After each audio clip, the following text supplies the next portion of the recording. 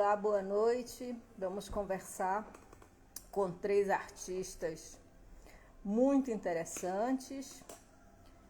Vocês certamente vão gostar bastante. São técnicas e linguagens diferentes. Vamos conversar hoje com o Alexandre Lopes. Vou começar a convidá-los. Domingos Mazzilli e Fátima. Acredito que eles já estão aguardando o convite para a gente começar. Enviando o convite para você.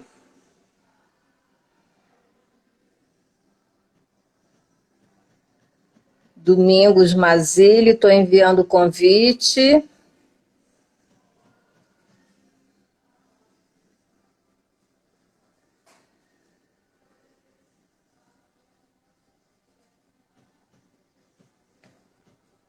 Fátima, estou enviando o convite.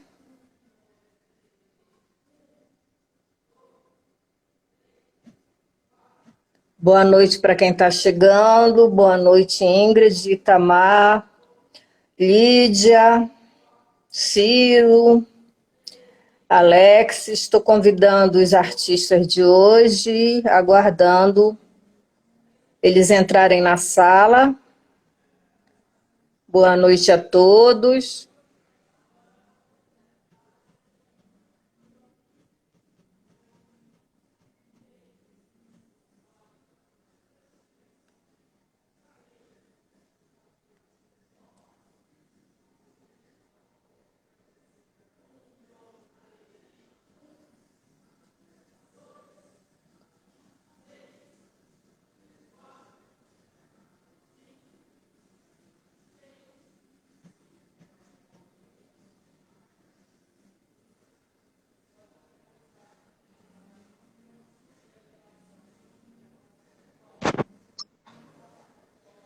Olá, quem está chegando?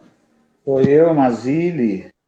Oi, Mazzilli, estou convidando aqui o Alexandre e a Fátima, Tá. aguardando que eles entrem na sala e o convite volta, né, quando a pessoa não recebe, e aí eu envio de novo. A gente aguarda uns minutos, Tá. Tá tá ok. bom? Tá ótimo. E vamos começando, porque tem alguém solicitando para entrar na sala, mas não é nenhum de vocês dois. Fátima, você está aí? Alexandre? O convite foi enviado. Falta agora eles darem um retorno. Mas já deve estar chegando. Algumas pessoas também não sabiam como fazer isso. De repente pode querer entrar na sala. Eu não sei porque. Mas é isso mesmo, a gente vai aprendendo, porque é uma chatice, sabe? Sim. Né? A gente tem que aprender, mas é uma chatice. E é um tempo muito diverso do nosso, né? Essa coisa rápida e... Enfim, somos de um período que o tempo era de outra maneira, era encarado de outra maneira. Alexandre, boa noite. Alexandre, você tem que entrar na sala. Cadê você? Você entrou só aqui na live. Eu vou mandar o convite, você não viu o convite? É que ele voltou. Mandei o convite de novo, Alexandre. Não, entrou agora. Talvez que ele precise de contato para aparecer. Aí. Alexandre? Sou eu, tudo bem, gente? Tudo, a gente só não está vendo você. Eu vou virar aqui agora a câmera, agora que apareceu. Agora sim. Tudo bem, gente? Tudo Oi, bem. boa noite. Oi, Mazzilli, tudo bem? Boa Tudo jóia. noite. Eu vou chamar a Fátima. Fátima, seu convite está indo, ele vai aparecer agora para você. A Fátima deve estar entrando. A gente vai aguardar mais um minuto. Boa noite para quem está chegando. Fátima entrou. Estamos vendo você, Fátima.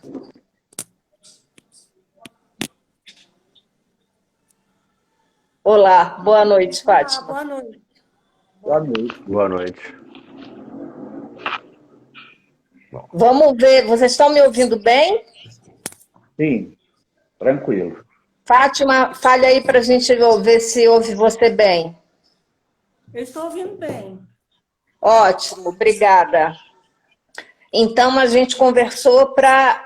hoje eu vou colocar as questões e vocês vão desenvolver até o final. Eu vou anotar as perguntas, tá bom? E aí, como disse o Mazili, não quebra o raciocínio e a gente, no final, retoma alguma coisa. Eu vou começar com as perguntas e aí vocês decidam quem vai começar primeiro, quem vai responder primeiro.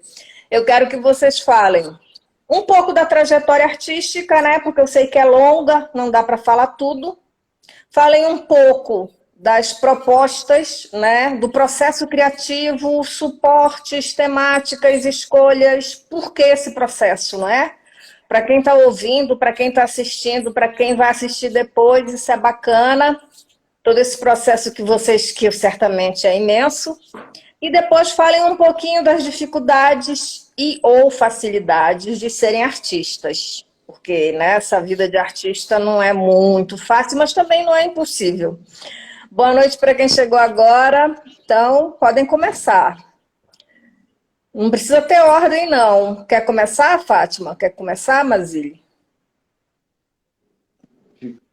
Posso, vamos lá, vou começar então. A minha trajetória, né? Eu sou de Muzambinho, sul de Minas, terra do Milton Neves. Mudei para Belo Horizonte aos 17 anos, fiz vestibular de medicina, depois especializei em psiquiatria e medicina do trabalho. Posteriormente, fiz um curso de especialização de História da Arte na PUC, em 2004. E, a partir disso, em 2007, eu entrei na UFMG e na Guiá, na época podia cursar as duas, pensando em fotografar. Tá? Porque eu nunca consegui o laboratório de fotografia, sempre era uma coisa difícil, você fazia disciplinas teóricas, né, isoladas, mas o laboratório eu nunca conseguia, e aí eu entrei pensando nisso. E nunca tirei uma fotografia, tá? Não gosto de todas as disciplinas, essa parte técnica da fotografia, eu tenho horror disso, né? Gosto de enquadramento, eu sei ver uma boa fotografia, mas eu não gosto, sabe? Ficar medindo essa parte da matemática, da física, não gosto. E aí, rapidamente, né, porque nos primeiros 2 meses da Guinhara, eu já criei uma exposição, né, que chamou Tempo Redescoberto, que foi uma exposição de assemblagem ali na biblioteca pública, naquela galeria de vidro, né, e 2 meses depois, aí você é carimbado, né, como sendo Farnese. Eu fiz 2 meses depois uma exposição no Raul Soares, e uma exposição de bordado, lingeries e roupas de igreja, uma coisa completamente diferente da primeira. E é muito interessante, porque aí você é rotulado e achavam que era um paciente do hospital com certo talento e que o diretor liberou para fazer essa exposição, né? Algumas pessoas vieram perguntar quem que era. E a partir daí eu fiz, né, umas 20 exposições individuais, não formei nem na Federal e nem na Guiá, por ser a disciplina que eu fiz, da forma que eu quis, uma forma muito livre, né, sem me enquadrar nessa questão aí de crédito, na grade curricular, tá?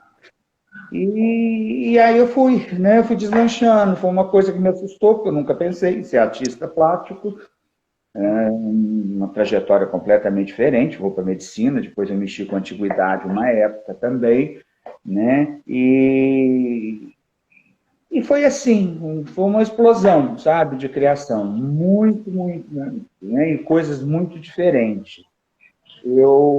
A primeira exposição foi de assemblagem, objetos de assemblagem, a segunda foi de bordado.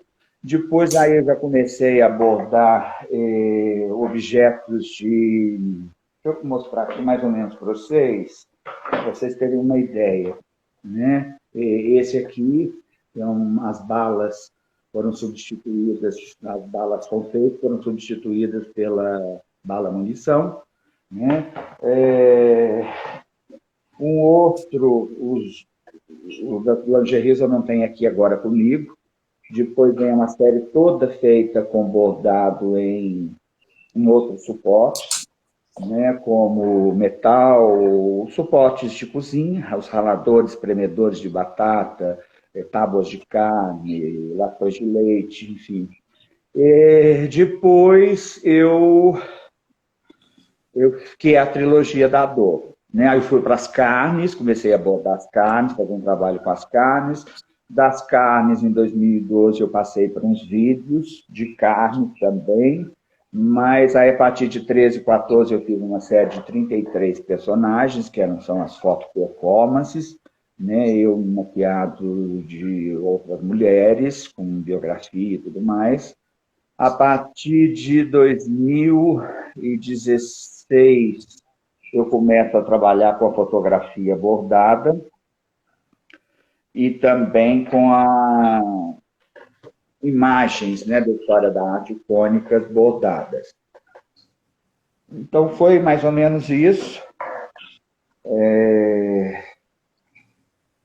Né, fiz produções aqui em São Paulo, cheguei aí para a SP Arte, no Palácio. Então, foi uma trajetória assim, interessante, mas eu dei uma desacelerada, né? Porque estava ficando muito pesado. Tá? A partir de 18, 19, né? Eu fiz com o Alexandre em março de 2020, uma semana antes da pandemia, fizemos um ensaio fotográfico e a partir dali eu dei uma reduzida. Né? Mas o ano passado acabei fazendo uma exposição numa galeria do Delcia da Costa aqui. Então é mais ou menos essa a trajetória. Tá? Vocês querem falar de vocês ou já falo tudo? Como é que é isso? A Fátima tem pergunta, Alexandre pergunta, não?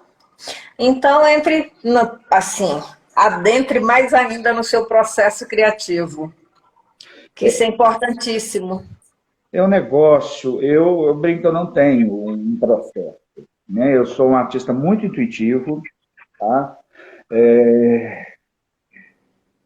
Faço coisas muito variadas, às vezes até simultâneas e completamente diferentes. Né? Por exemplo, essa questão mesmo desses objetos.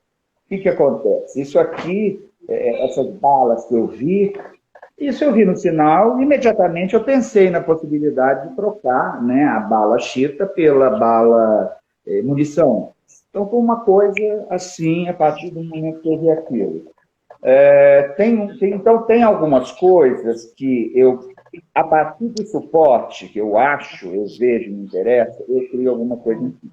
Tá? Eu já tive inteirinhas de antiguidade no Bexiga, que eu vi ali exposto o trabalho pronto. Eu só dei um título e fiz uma mancha. Né? Então, tem coisas assim que eu já acho o trabalho pronto. Aquele mancebo, né, que era um doador de café, que é uma escultura, e eu fiz mais 4. Então, já uma homenagem aí aos bichos da Lígia Placa, uma brincadeira, né, com os bichos, que eu não fiz praticamente nada. E tem coisas em que eu preciso procurar o objeto. Eu tenho a ideia, mas eu não tenho o objeto, eu tenho que ir atrás. Às vezes demoram anos, sabe, para eu conseguir chegar naquilo. Vamos dar um exemplo assim, bobo. Eu quero bordar uma palmatória, por exemplo. Eu não cheguei a fazer isso, mas pensei na época. E eu não tenho palmatória, eu tenho que achar isso no antiquário. Hoje em dia isso é bem tranquilo, porque você encontra na internet, você vai achar em algum lugar do Brasil uma palmatória. Mas isso nos vídeos de 2007, 2013, era muito difícil. Então, você tem que correr atrás daquilo que você quer. Né? Por outro lado, eu tenho coisas que às vezes eu preciso pesquisar mais, né? Essas bacias, por exemplo, que eu fiz com corte dobra, né? Uma homenagem ao Amilcar de Castro, ao Maxwell Benjamin, e também a Lígia Clark, que eu não consegui colocar as quebratistas, porque elas eram muito frágeis, mas aqui dá um pouquinho para pensar um pouco nos bichos, né, nos caranguejos. Então, foi uma coisa absolutamente intuitiva, eu tinha visto a exposição dele, queria um objeto doméstico em que eu pudesse brincar com um pote dobra, e a partir disso eu achei uma bacia na casa da minha mãe, e ela foi a primeira de uma série, né? E sempre tem isso, sabe? É uma coisa muito interessante. A primeira calçola que eu bordei foi da minha mãe, a primeira bacia, o primeiro ralador, né? Tudo parte de uma coisa assim, muito doméstica, muito pessoal. E a partir dali aquilo vai se desdobrando, né? Assim, não tem jeito, sabe? Tem coisas, bordados que eu fiz, por exemplo, uma calçola escrito mãe, um cadeado, né? Uma vez um artista daqui, mas você só bordou essa palavra mãe? Com aquele desprezo de que, nossa, nem bordar você sabe. Eu falei, mas eu demorei 45 anos para bordar esta palavra neste local, para fazer esse trabalho. Aos 20 eu não teria. Né? Então, tem isso. Né? Eu não sou um virtuoso de bordado, mas eu acho que até por não... Eu conheço bordado, mas eu não sei bordar, não quis aprender, né? Aprendi o básico para mim, mas por não ter essa tradição é que eu pude tirar o bordado do tecido, né? E ir para outros suportes, como a forma de bolo, o pinico, esses objetos de cozinha, toalete, né? Os raladores. Eu olho para um chuveiro, eu posso bordar esse chuveiro para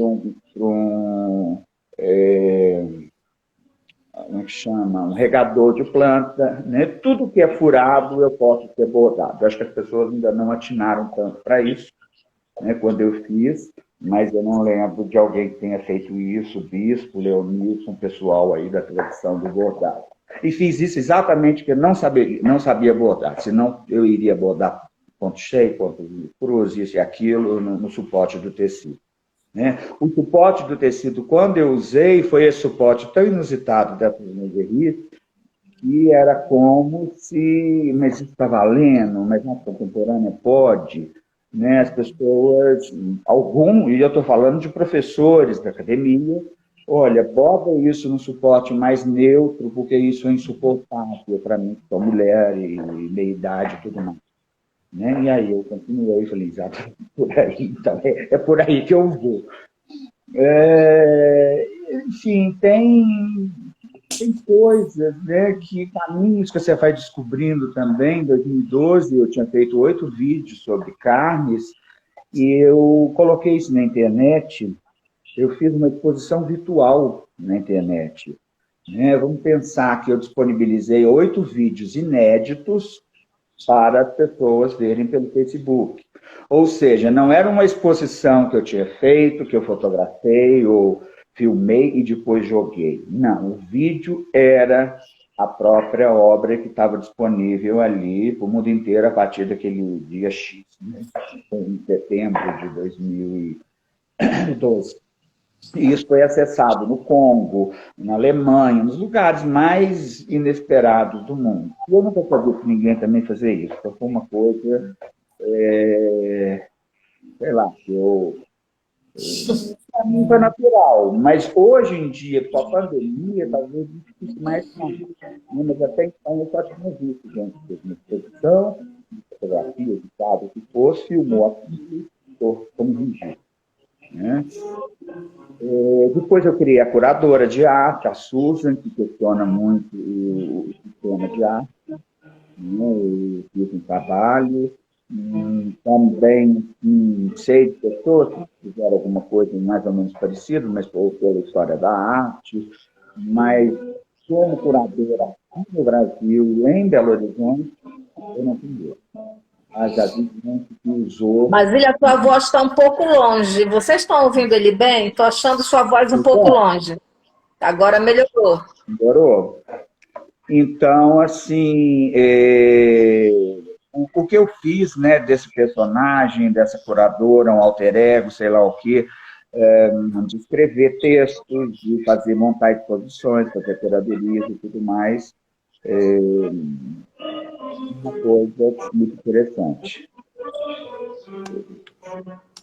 Eu acho que tem mais alguma coisa assim, dentro disso? Tem. Bom, a Lídia Miquelão disse que você tem um olhar atento, né? E usa o bordado como uma ferramenta de expressão, que ela foi a várias exposições suas. Eu queria que você dissesse para os mais jovens, né? Quais são as facilidades de ser artista e as dificuldades? Tá. Olha, um abraço para a Lídia Miguelão, e ela foi a primeira pessoa que temeu usar um pé, tá, curadora? Ela tinha muito medo da curadora, eu achava isso muito divertido. Eu diria para um artista novo que está começando, né? Primeiro, para olhar muito para dentro de si, assim, no caroço, na alma, para dentro da alma, o mais fundo do fundo do fundo possível, para criar uma obra consistente dessa. Né? Não mentir, tá? Não mentir, fazer coisas para vender, para galeria, coisas comerciais, porque isso pode resolver naquele momento, mas a médio e longo prazo as pessoas percebem, né, que aquilo não tem a força como uma obra toda depois de anos e tal. A outra coisa é escutar as pessoas, os professores, os curadores, os galeristas, mas no fim fazer aquilo que você quer. Importantíssimo. Não deixar de escutar, tem gente que tem coisas a dizer, tem coisas importantes, mas no fim... Agora, para isso, você tem que ter uma certa maturidade. Menino de 20 anos, às vezes, não tem. E tem a questão da sobrevivência também. Como é que você vai sobreviver de arte sem ter que fazer, às vezes, concessões? Isso é uma coisa muito difícil. O que mais que eu diria? É uma profissão muito ingrata, que você se expõe muito. No seu trabalho, você expõe porque tem os colegas, você se expõe quando você faz uma exposição e você se expõe com o conteúdo do seu trabalho, não tem jeito. Né?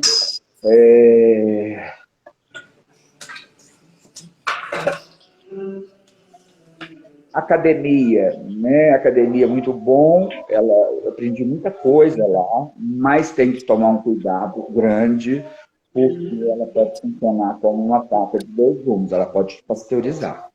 Sabe? Você sair dali formatado, fazendo determinadas coisas, isso é muito perigoso. Né? Eu fui alertado muito cedo por um artista daqui, um grande pintor, e me falou sobre isso. Então, eu nunca deixei a academia me direcionar, tá? Na minha poética. Né? É muito prazeroso, o mais fácil, eu acho, de ser artista é criar. Para mim, pelo menos, é muito fácil. Né? O difícil é o que vem daí. Você tem que montar a exposição, você tem que fazer isso e aquilo, mas isso tudo ainda faço para ver, mandar a mala direta para jornalista, para a imprensa, release. O que eu acho chato, duas coisas que eu não faço, é fotografar o trabalho profissionalmente, eu não faço, e edital, eu tenho horror disso.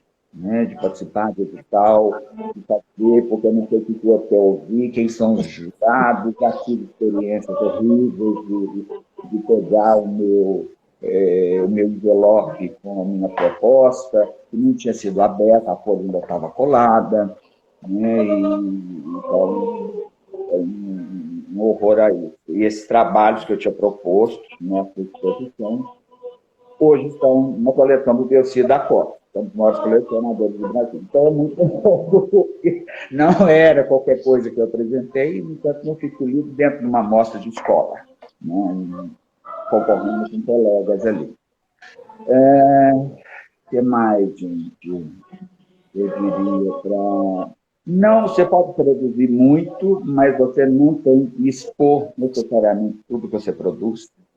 Né? Você pode pensar, você pode criar muito, mas às vezes é bom dar um foco, ou não mostrar aquilo naquele momento, para não conduzir, ou às vezes nem Se não é uma ideia boa, deixa aquilo guardado, não executa. Às vezes a pessoa fica muito nesse desespero de criar, e pouco perde o foco. Meu trabalho, embora sejam coisas muito diferentes, bordado em lingerie, bacia, objeto, fotografia, vídeo e tal, mas ele tem uma linha interna, tem uma amarração que a família, a mulher, o feminino, né? Tem toda uma lógica ali interna que quem acompanha consegue as pérolas, né? Elementos que eu uso com uma certa frequência, a linha vermelha, a pérola. Então, a outra coisa é você. Eu não fiz muito isso, eu fiz isso desde série, mas é a repetição, né, que dá o estilo. Então, infelizmente, o mercado cobra muito isso, né? Que você repita aquilo exaustão para você ser conhecido como fulano, um artista diz que faz isso. Um artista que bota calcinha, um artista que faz não sei o quê. E eu sempre fugi um pouco disso. Não vi séries, mas eu parece que coisas quase distantes. Eu não fiquei reproduzindo por anos e anos e anos assim. Aquilo acabei né, de vez em quando faço uma Sua coisa. voz sumiu agora, eu não estou ouvindo. Mas, Melhorou. enfim, são coisas que eu não faço, né? São séries que eu faço, limitei ali e não fico reproduzindo muito aquilo. Então, já vai um pouco à margem do que se pede, né? Dentro do sistema de arte. Que é você ter uma característica, um estilo próprio, e que você vai repetir esse estilo, que o colecionador vai naquilo que é mais a síntese do seu trabalho. Né? Então, o que é a síntese? É bordado, é lingerie, é fotografia, sabe? O que é? Né? E é isso. Tá bom, depois a gente conversa mais, Tá bom. tá bom? Ok. Fátima, você quer ser a próxima? Falar Sim, um sim. pouco aí da sua trajetória artística, processo criativo, dificuldades e facilidades. Pode começar. Obrigada. Eu comecei em 2000 a fazer aulas de desenho de observação e aquarela.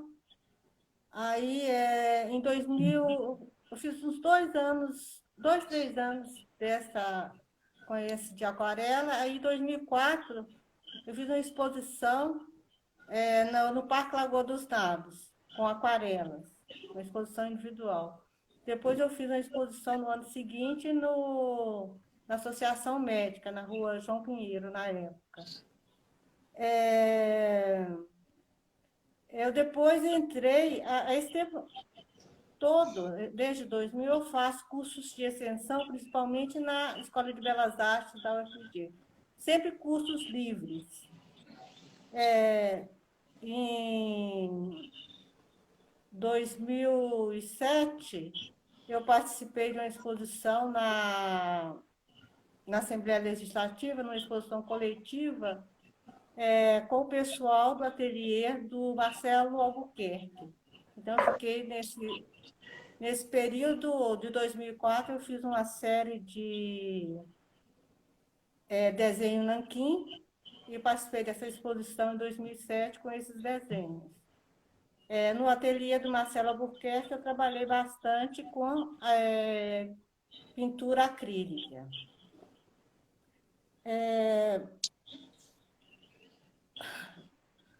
Deixa eu olhar aqui minha colinha. Vou pegar uma água rapidinho, tá? Tá bom. Isso.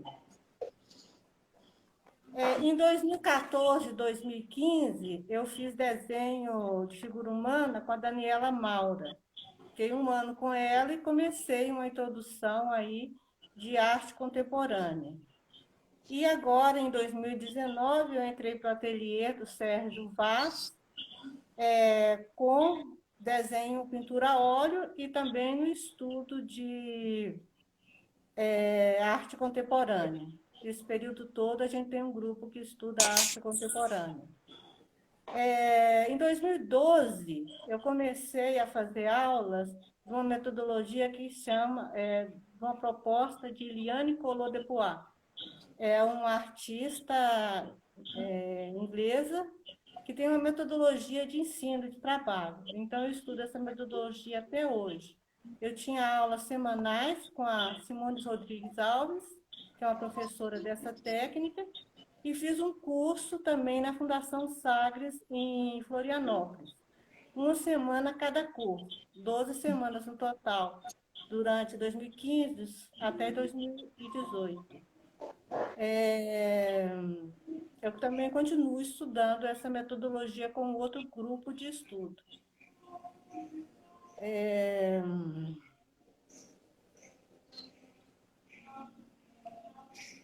Paralelamente, em 2015, eu comecei esse trabalho de edição de imagem. Então, eu tenho todo esse período, eu tenho muitos desenhos que eu faço rotineiramente. Esses últimos 20 anos, mais de 20 anos. Então, esses desenhos eu vou reutilizar eles, sejam desenhos muitos esboços muito superficiais ou desenhos mais elaborados. Eu utilizo esses desenhos, eu copio esses desenhos, vou escanear esses desenhos, fazer arquivos digitais, e eu vou retrabalhar eles com editor de imagem. Então, eu tenho uma licença de volume do programa, e eu trabalho com esse material e produzo imagens que eu coloco, disponibilizo para venda na internet, no Instagram.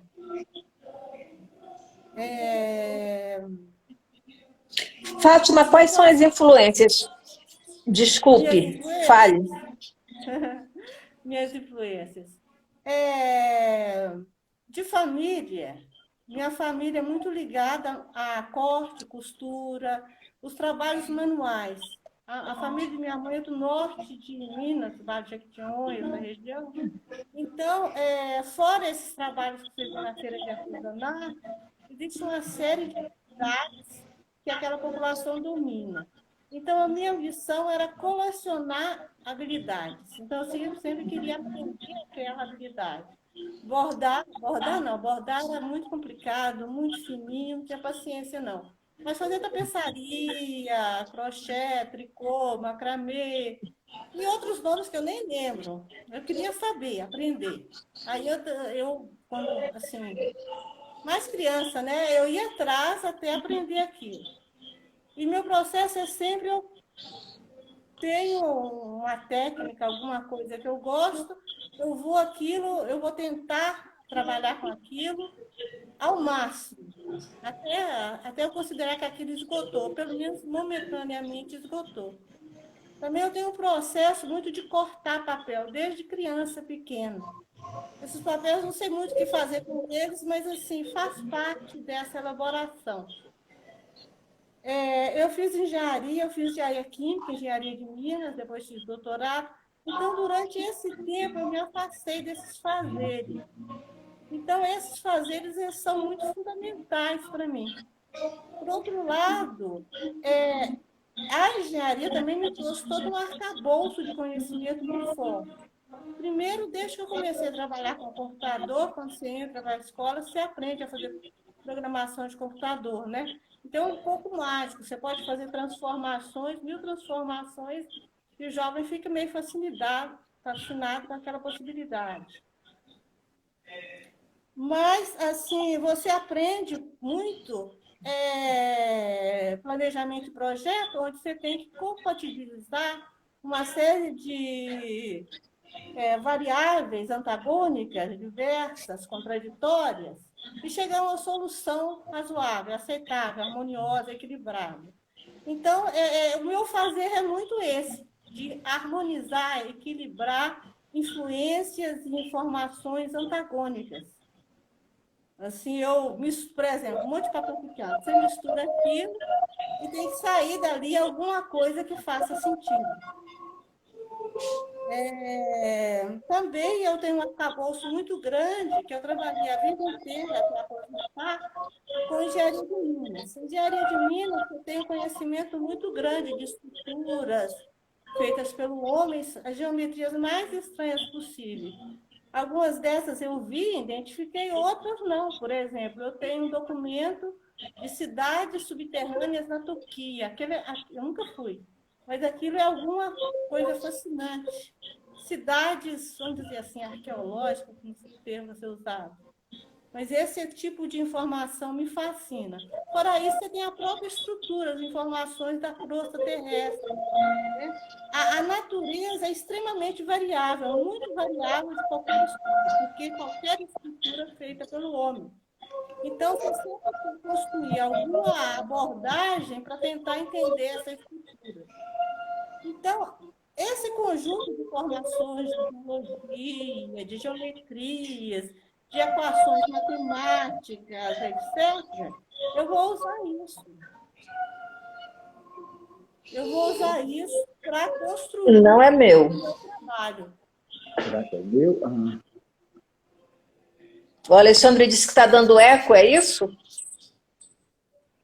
Tem um outro microfone, agora cortou, acho que era do Mazini. Tem uma música no fundo. Por favor, Fátima, continue, desculpe. Ah, sim. Então, eu, por exemplo, com esses fazeres manuais, em 2015 eu fiz uma oficina de fim de semana para trabalhar com lâmpada, trabalhar com filtragem. Eu já tinha interesse por isso anterior e apareceu essa oportunidade. Aí eu mergulho naquilo, até esgotar aquela possibilidade.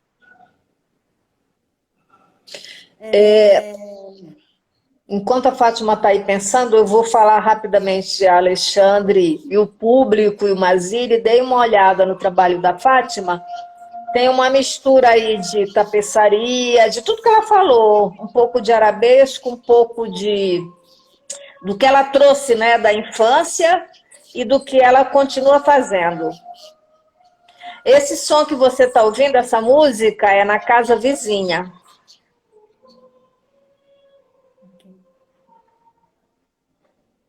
Continue, Fátima, por favor. Fátima, você usa sempre papel como suporte?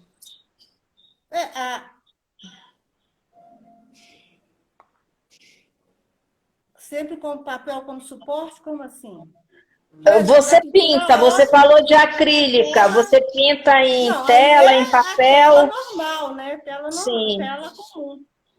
Entendi. Eu poderia até pintar, a gente teve até uma discussão sobre usar papel em vez de tela, né? Mas isso não... Isso é uma consideração, mas não é um detalhe. Bem, eu também trabalho muito sobre temáticas. Uma temática que, por exemplo, eu fiz uma série de pintura a óleo grande, eu já tinha começado esse trabalho no digital. Com a temática o vermelho e o negro. O vermelho e o negro aí no sentido de o raciocínio lógico e a paixão, esse embate. Né? Então, eu tenho algumas linhas de pesquisa. Uma outra linha de pesquisa é o azul. O azul, para mim, é muito aquele mar maravilhoso, aquele local paradisíaco, aquele local mediterrâneo. Então,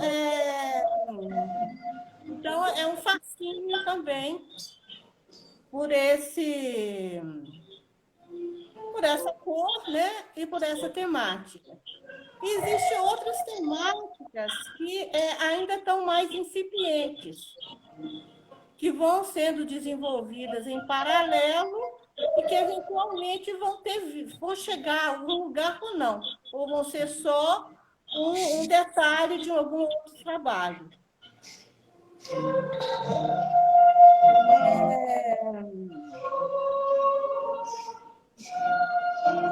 Orange, essa música é seu vizinho. Desliga o seu microfone, então. Quando você for falar, você liga o microfone. A música está mais alta do que a voz da Fátima. Eu falo direto no celular. Então, assim, está incomodando você, Alexandre? Eu não estou entendendo a fala.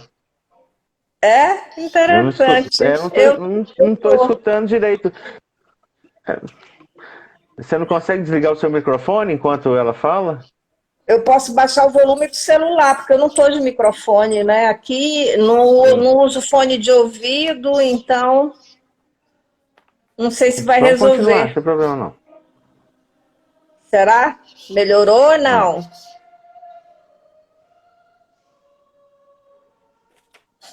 Tá lá no fundo uma música gótica. É, É a não trilha tem sonora da jeito. nossa live. É a nossa trilha Infelizmente, sonora. Tudo bem. Então, continua, Fátima. então, assim, tem essa influência dessa artista, e Liane Collot de Bois, que eu trabalho muito com essa metodologia dela e que eu respeito muito, né?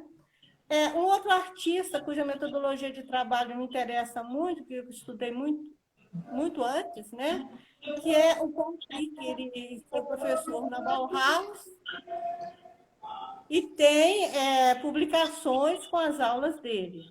Então, o trabalho do Paul Klee é muito o meu trabalho, eu encontro muita afinidade. Tem uma outra artista que me interessa, que chama Ilma Af Klint, houve uma exposição dela, talvez uns 2 anos atrás, em São Paulo, uma nascida na Suécia, em 1862, tem um trabalho interessante na linha abstrata. E eu vi um quadro em 2009 de Remédios Varos em Buenos Aires. E esse quadro assim, me fascinou muito. Então, é uma outra artista que me interessa. Agora, eu sou atualmente, muito adolescente nessa coisa, e cada dia eu gosto de um artista diferente. Aí eu Que fico bom. até cuidando dos meus interesses. Você fica falando assim, uai, mas não sabe o que quer, não sabe. Porque você começa a estudar, você vai descobrindo coisas, né? Então, é difícil citar nomes. É muito difícil. Mas o bom é esse mesmo, Fátima. Quanto mais você pesquisa, mais você vai encontrando, né, pessoas. Não fica, eu sou influenciada só por aquele, né? Então, e é isso mesmo.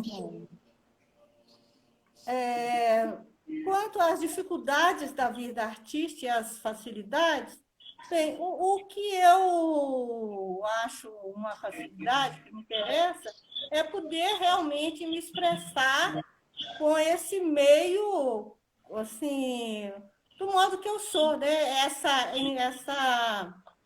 Essa vontade de ter consciência das coisas, foco, atenção, discernimento, e poder conciliar nesse trabalho coisas antagônicas.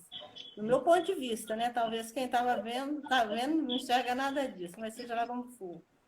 E a dificuldade, que não deixa de ser minha dificuldade, né?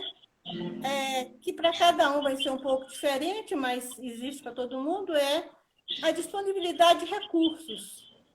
O que a gente entende, cada um vai entender por recursos, vai depender, né?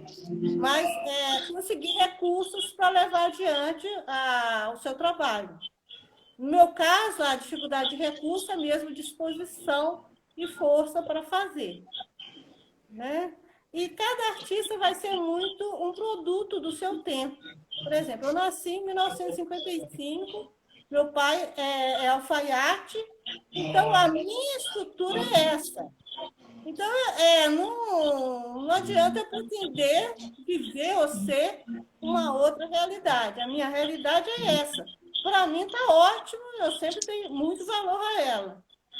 Mas isso eu acho que cada um deve fazer isso mesmo, né? Valorizar e enxergar com os 2 pés no chão e falar assim, eu sou isso e acabou. Não adianta pretender coisas absurdas que não tem a ver comigo.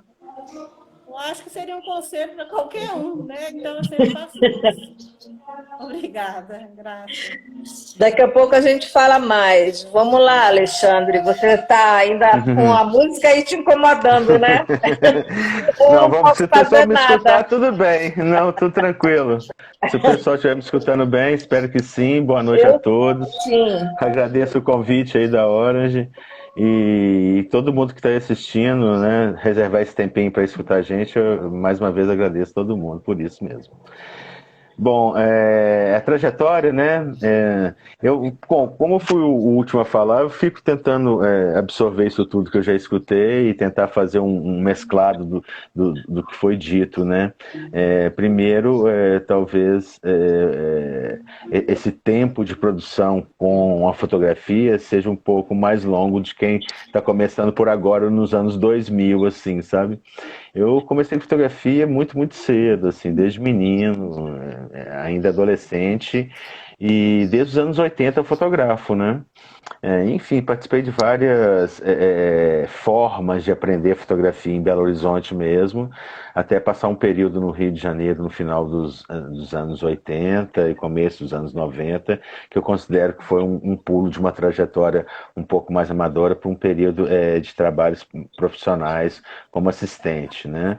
Voltei para Belo Horizonte em meados de 90 e trabalhei com produção audiovisual em televisão por volta de uns 9, 10 anos, com fotografia, direção de fotografia, aquela coisa mais em equipe. Depois eu me graduei em design gráfico pela antiga FUMA, né, Escola de Design, e a partir disso, enfim, eu estava envolto com essa situação do audiovisual e da fotografia e da educação, e foi permeando outros caminhos até no finalzinho dos 900, né? Comecei em 2000 a fazer uma pós-graduação pela Escola Guiar, que me colocou mais dentro dessa história da cultura e da educação. E de lá para cá, desde 2000, eu lecionei em cursos de graduação disciplinas de fotografia, em diversos cursos, e isso foi bem dinâmico, porque eu fiz umas passagens e alguns estudos interessantes e direcionados para a compreensão daquele tipo de fotografia, né? Mesmo muito por pesquisa, né? Esse período foi bem produtivo e interessante. E a partir de 2017, saindo um pouco dessa trajetória acadêmica, eu fundei o Estúdio Fótico, que é um espaço dedicado à fotografia e à educação, e a conversas, e encontros fotográficos, enfim. Essa é um pouco da minha trajetória, onde eu estou hoje, né? Dentro dessa... tentando trabalhar, linkar essa coisa da fotografia, em primeiro lugar, talvez, mas eu quero dizer que é a educação, depois com a iniciativa privada, e tentar levar uma microempresa, e tentar navegar dentro dessa toda situação que todos nós presenciamos nos últimos anos, né?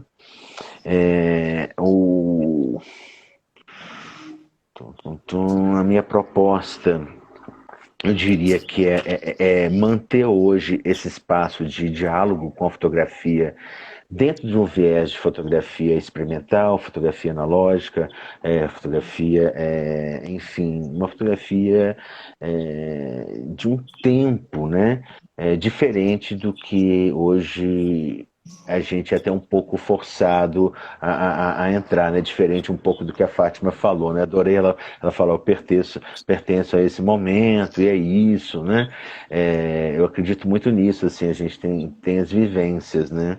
Mas, de uma certa maneira, o que me faz ter um processo de produzir alguma coisa ligado a essa questão da fotografia, sempre será a curiosidade. O que me move é a curiosidade, assim. Então, reconheço as minhas limitações técnicas, pessoais, enfim, mas ao mesmo tempo, quando eu percebo que chegou ao ápice de enfim, de algum processo, eu já quero pular para uma outra coisa. Sempre explorando uma coisa muito, muito pessoal. Então, quando se fala dessas, enfim, influências, como foi bem lembrado pelo Mazili, né, por quê, né, como compreender, por exemplo, a questão acadêmica, né? Eu vou ser formado, eu vou ser, como diz, formatado, adorei esse termo, né, para uma instituição, né? Eu acho que a gente tem que lembrar que, por mais que existam as influências, a gente tem que seguir os próprios passos, né? Compreender o que somos, para que viemos, para quem atendemos, né? O que queremos deixar aqui, né? Hoje parece que está todo mundo muito mais introspectivos por conta de todos esses momentos, né, que nos influenciam a cada dia mais, né? Eu acho que nós, brasileiros, especialmente, estamos muito mais energizados de uma necessidade que está muito, muito vigente, né? Eu acho que é muito extraordinário vivenciar isso tudo, na verdade. Tá? Por tudo que a gente está passando e tudo mais, né? Como já foi dito, eu acho que eu vou só reforçar, né? As facilidades, pessoal, eu entendo hoje, do meu ponto de vista, de um dos meus pontos de vista, concordo com todos que comentaram aqui, mas eu acredito que o acesso à informação hoje ele é muito, muito assim, democrático. Porém, devemos lembrar que tem uma coisa que ainda a gente ainda está começando a entender isso, né? E isso está influenciando a cada dia mais e com muito mais força a nossa vida, que são os algoritmos. A gente não pode dispensar isso. Por mais que a gente tenha um momento e tudo mais, nós estamos aqui frente a essa situação tecnológica, fazendo arte contemporânea, entendeu? Possibilitar levar esse tipo de informação para as pessoas talvez seja o maior desafio.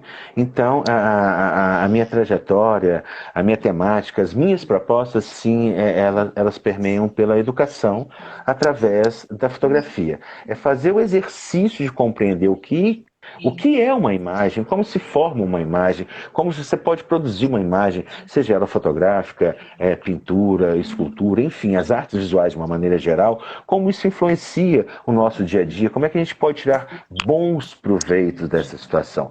Esse alcance tem que ir para todas as classes. Não é que os mais afortunados têm esse controle. Muitas vezes não. Na maioria das vezes não. Os desafortunados, infelizmente, a gente vai pensar que eles têm menos esse acesso. Mas existe uma outra realidade que corre paralelo a isso, que esse acesso é extraordinário. Ele literalmente está na mão, hoje, de todo mundo, e somos, como os filósofos já dizem aí, seres cibernéticos, ciborgues, mesmo a compreensão desse termo é dizer que temos algum mecanismo no interior do corpo. Mesmo ele ainda não estando no interior do corpo, né, a gente já usa ele como uma extensão. Isso é uma realidade que deve ser, enfim, questionada, criticada, pensada em todos os âmbitos hoje, né? Bom, minhas influências, coincidentemente, falou-se muito de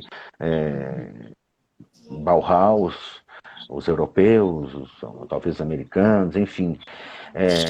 Hoje se questiona muito esse tipo de influência que a nossa geração que está aqui discutindo isso passou. Olha, eu acho incrível essas pessoas, são as minhas influências também. Que bom que está sendo aberto um novo trecho dessa nossa história, que nos mostra, por conta dessa dinâmica da engenharia da informação, outros centros culturais, porque o planeta é um só. Não é verdade? Então, que bom que quem falou aí que todo dia, né, como uma jovem está querendo vivenciar e aprender novos e conhecer novos artistas, todos nós somos assim, né? Um outro desafio que eu acho que a gente pode ter é saber um pouco dinamizar esse tipo de informação, né? Porque é muito poderoso tudo isso que a gente enfim, é sugado, né? Ou se expõe, ou deixa se expor, né? Enfim, meu trabalho é um pouco desse, assim. Eu gostaria de continuar com esse tipo de conexão com as pessoas. O encontro, para mim, é a coisa mais fantástica de sempre, assim. A maior influência, sim, são os amigos, os próximos, aqueles que nos apoiam. Sim, temos diversos outros artistas, mas infinidade de nomes para poder falar, né? Eu não estou em Belo Horizonte como vocês, eu estou em São Paulo alguns dias, amanhã eu volto para Belo Horizonte, mas em 2 dias eu fui bombardeado de emoções visuais aqui nos poucos e fantásticos lugares que eu visitei aqui, né, nessa cidade, né? Perceber a potência do nosso país é impressionante. Isso me dá muita força e muita energia para poder continuar. A gente é muito mais do que a gente mesmo pode imaginar. Isso tudo tem que ser falado, dialogado, enfim, né? Sincronizado com as pessoas, né? De uma maneira que leve a gente a evoluir, né? Alexandre, qual é a facilidade ou a dificuldade também, né, da vida de artista? Bom, a facilidade, como eu disse, hoje é essa coisa da conexão, né? Da informação, do acesso está na palma da mão, né? Sim, a dificuldade não é questão financeira. Eu acho que todo artista fala muito da questão financeira. A dificuldade é saber equilibrar isso. O que é uma questão financeira, né? Aprender o valor. O artista não tem preço, o artista tem um valor. Então, cada qual tem o próprio valor. Eu acho que na nossa atual competição, que a vida é uma competição, né? Você ter o prazer e a dignidade de conseguir pagar suas contas, enfim, de criar um projeto pessoal, ou mesmo de tirar um mês de férias durante o ano. Isso é fantástico. Isso aí já é um excelente enfim, desejoso processo para cada ser humano, assim, poder ter e usufruir o mínimo possível, né? Dentro disso tudo, eu acho que não tem dúvida que a única saída, de novo, vou ser chato, a educação. A gente precisa ter projetos e fazê-los executar, porque só dessa maneira a gente vai ver melhorar um pouco a situação. Desde sempre eu escutei isso e para sempre eu acho que eu vou continuar falando que é isso. É investir na educação. Educação tem a ver com arte e cultura. Isso que a gente faz tem o seu valor, sim, e é fundamental. Todos nós aprendemos agora, na marra, que sem arte, sem educação, a gente não vive, não sobrevive.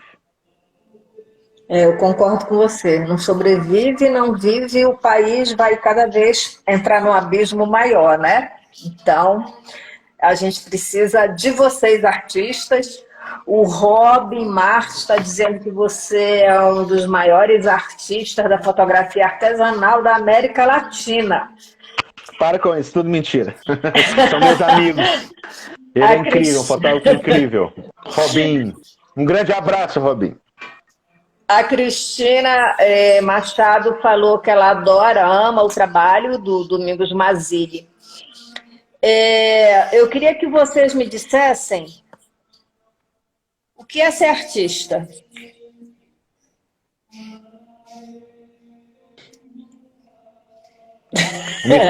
O microfone. A gente não Abre o microfone. ouvindo. Está te ouvindo, Mazzilli? Abre o microfone. Fibra por fibra, o coração. Eu acho que é isso. É a frase do Coelho Neto, né, para aquele poema sobre mãe. Eu entendo que é você poder manifestar um nível de consciência e de abstração mais do que o lugar comum. E além do que é acessível, imediatamente acessível do dia a dia. Bom, para mim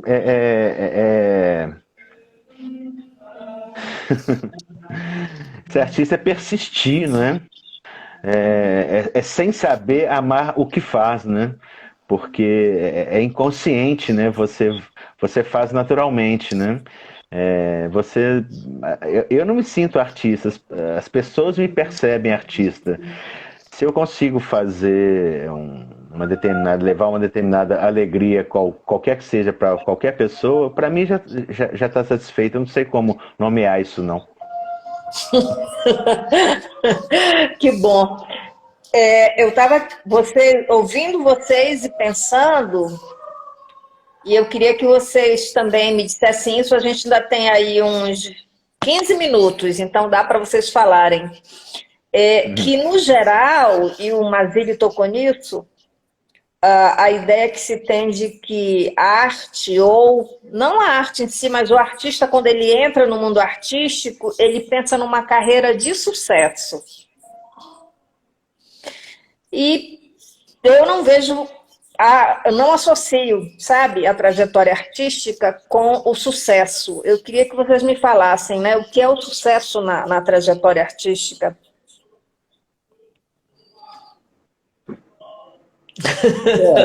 Eu vejo, né, que não é fundamental de maneira nenhuma, né, fazer sucesso, ainda mais a qualquer preço, a qualquer custo, mas é aquilo, se acontecer, né, você pode ter uma carreira, carreira é uma palavra pesada, ter uma obra consistente, ter sucesso, né, ter a divulgação, se fazer conhecido, e não vejo problema nenhum nisso. Né? O problema é você vender a alma para fazer sucesso, você fazer concessões, né?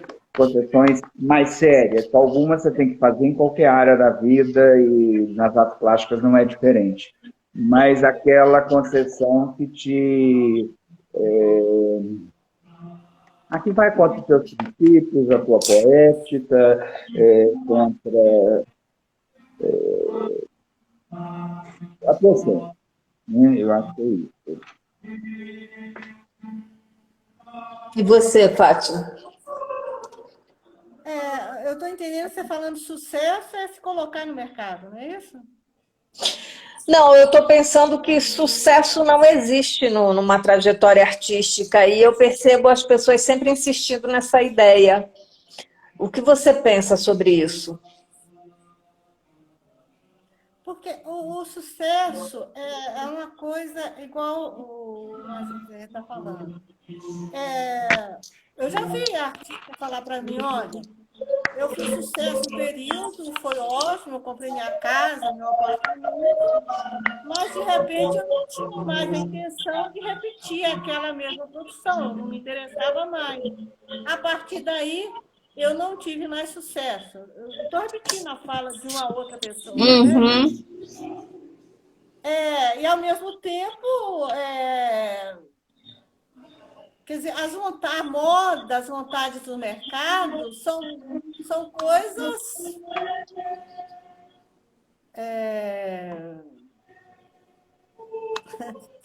não é boa palavra não, mas imponderáveis, né? Agora, se, por exemplo, vamos supor que você precise fazer, entre aspas, sucesso. Quer dizer, você precisa pôr o pão na mesa.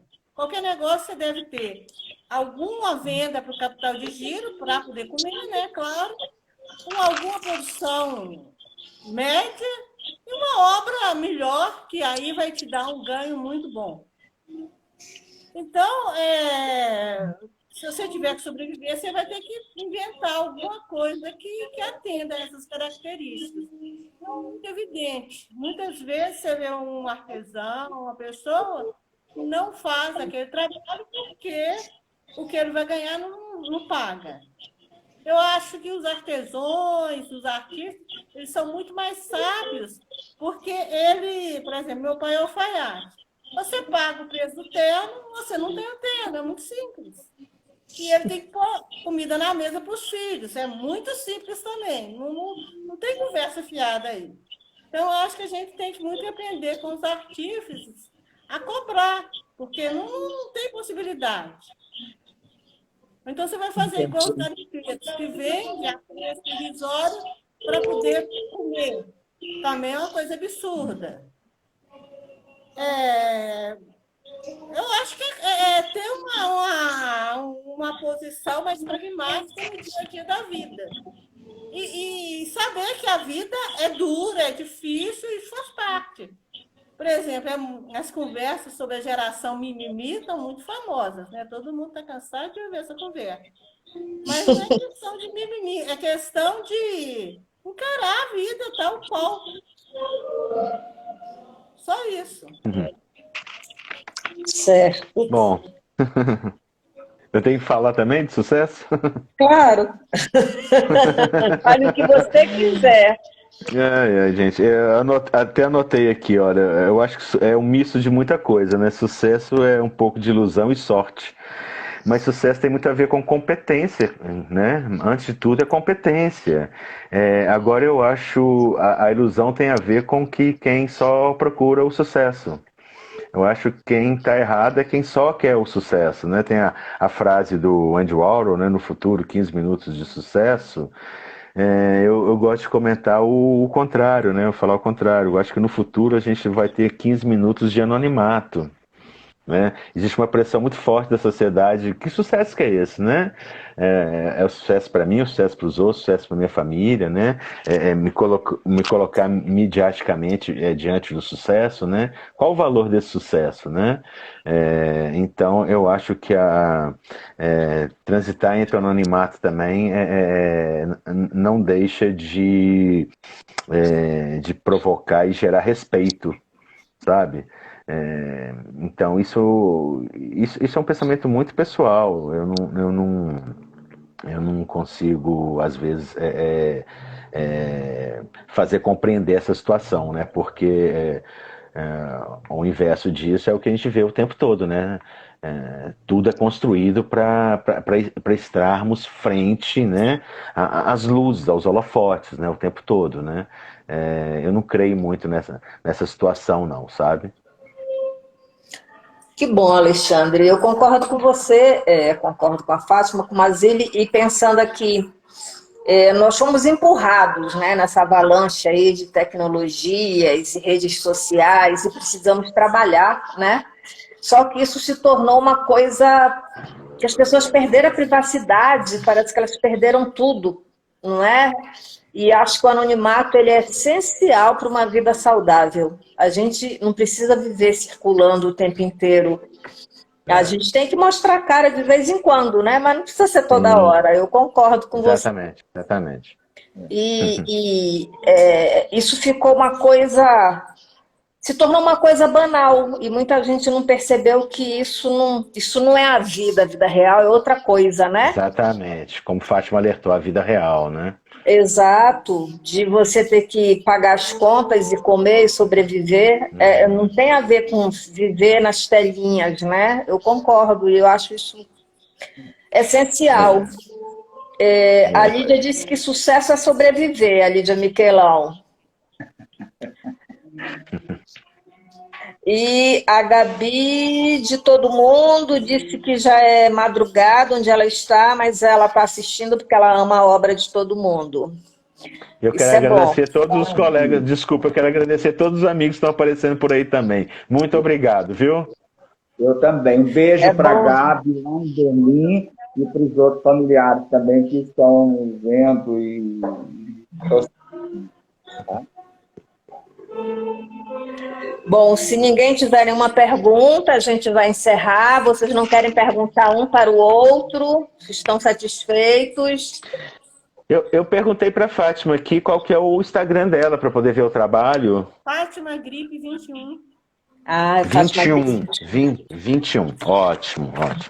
Tá ok. A gente vai se ver por lá então, Fátima. Satisfação te conhecer, viu? Satisfação conhecê-los. Visitem o Instagram do outro que vocês vão adorar o que vocês vão ver. São 3 grandes artistas mineiros, né? E que são exemplos para as gerações que estão chegando. Não pensem que é o contrário, né? Vocês são talentosíssimos e importantíssimos para a história da arte mineira. Não adianta não querer ser nomeado de artista, viu, Alexandre? Porque essa é a realidade, né? Você tem um trabalho magnífico, a Fátima tem um trabalho do jeito dela também magnífico, o Mazili tem um trabalho também magnífico. E vocês fazem parte dessa história, né?